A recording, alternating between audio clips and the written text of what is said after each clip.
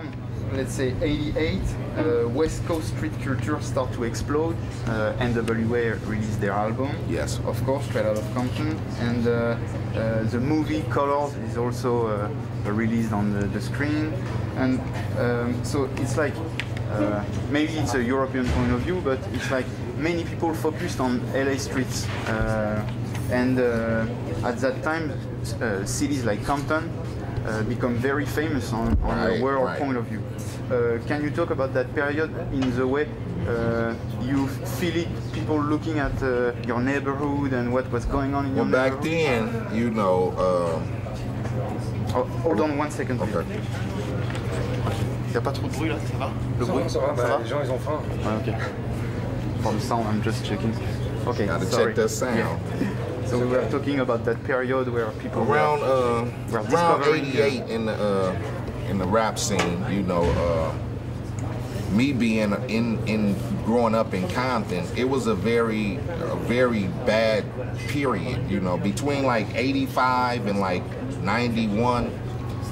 The gang activity was so high because, I mean, it was horrible. The drugs ruled, you know, like you said, it was selling of guns, so everybody had guns. So around this time, it was like the blood crip thing was so overwhelming, you know, it was like this new trend, so the media like just really jumped on it. And then for the fact that you had guys come out like Eazy-E and NWA, who were getting a national, you know, we were getting a national spring to get to talk about this. And then when people seeing the videos, people seeing what really goes on, it kind of focused a lot of attention on the city of Compton.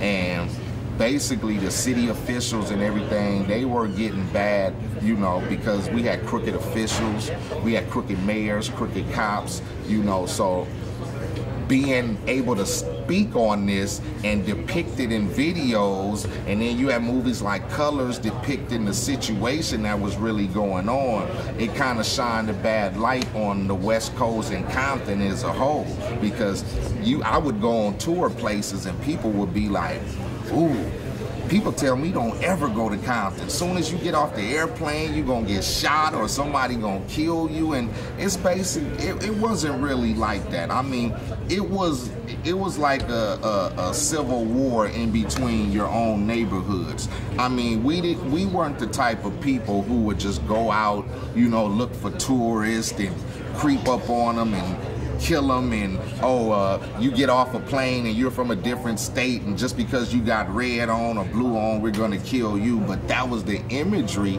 that the media and the movies portrayed on the city. So a lot of things got shut down in the city of Compton after that. Right after the Straight Outta Compton video, we were no longer able to perform in the city of Compton. We were no longer able to do videos in the city of Compton. We couldn't do interviews or photo shoots, anything. They had banned all like entertainers from doing anything because they felt we were shining a negative light on the city.